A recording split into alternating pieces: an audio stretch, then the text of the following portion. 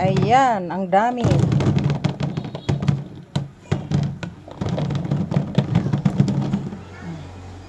Hindi pa. Ang dami, mga manibalang na oh. Ayan. Pangatlong harvest. Ang mahal ng kilo nito sa palengke. Ayan oh. Sana all ko no bago ni Melanie. Hala, ang dami talaga, nakakatuwa. Ayan oh. Maraming hinog siya. Oh. Mas masarap kapag hindi masyadong hinog na hinog. Ayan. Kagaya nito oh. Kagaya nito hindi masyadong malambot. Masarap pag crunchy pa habang kinakagat mo. Ayan. Nung isang araw lang namin kinuha yung una. Tas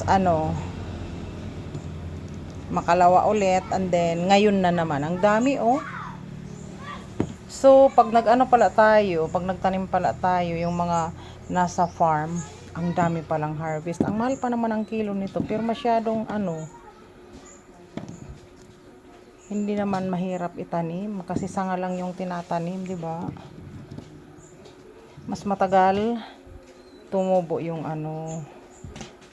buto na itinanim, mas matagal mag-harvest, mas matagal magbunga. Kaya mas mabuti yung sanga, mas mabilis magbunga at tumubo. Ayan. Ay, nako guys. Ang saya-saya kapag may mga prutas ka sa garden. Ayan. Ayan. Okay guys, sa susunod harvest ulit. Ayan.